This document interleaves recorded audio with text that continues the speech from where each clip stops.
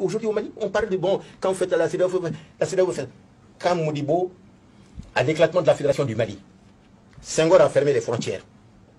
Il pensait que nous allons nous essouffler, notre économie va sombrer.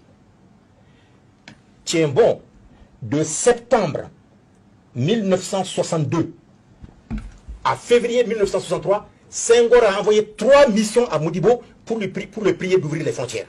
C'est lui qui avait fermé. Ah, lui qui avait fermé. En 4 ans, il est là.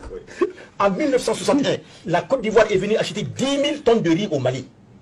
En 61. En 61, 10 000 tonnes de riz. De 1960 à 1968, disons même pratiquement de 1961, du 18 octobre 1961, le lancement du premier plan quinquennal, à 1968, on était arrivé à satisfaire au Mali les besoins en matière de produits de première nécessité à 60%. On n'importait que 40% de l'extérieur. Savon, huile, etc.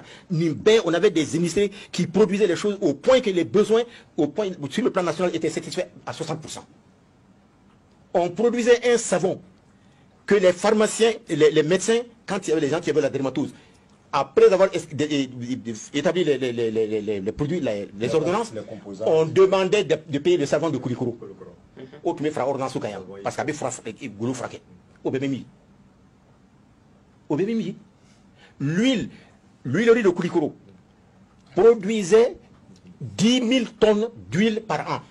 Et 4 000 étaient raflés par l'extérieur. Hein? Litres ou tonnes? Tonnes.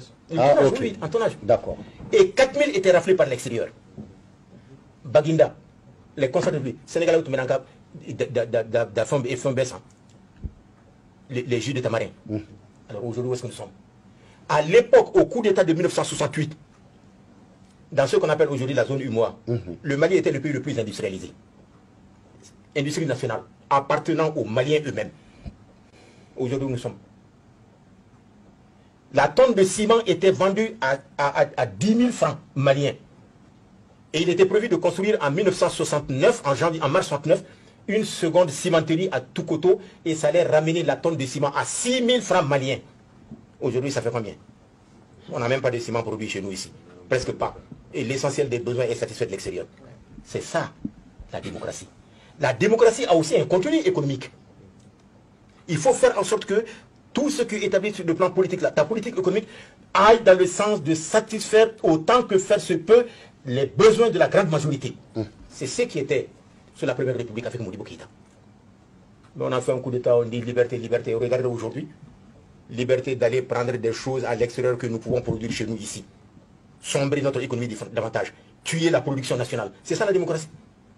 C'est pourquoi je vous dis, quand on dit que de 92 à maintenant c'est la démocratie, mon aîné l'a dit, c'est de l'illusion démocratique. Le régime qui a tenté de faire en sorte que les choses, la démocratie, le régime démocratique on continue et à la fois politique et à la fois économique, c'était Modibo. Mais aujourd'hui, où est-ce que nous en sommes? Hein? On nous parle de démocratie de 92 à maintenant. Le Mali n'a jamais, depuis l'indépendance en 1960, le Mali n'a jamais aussi souffert qu'à partir de 1992. D'accord. Donc, en cas de en cas de D'accord. Alors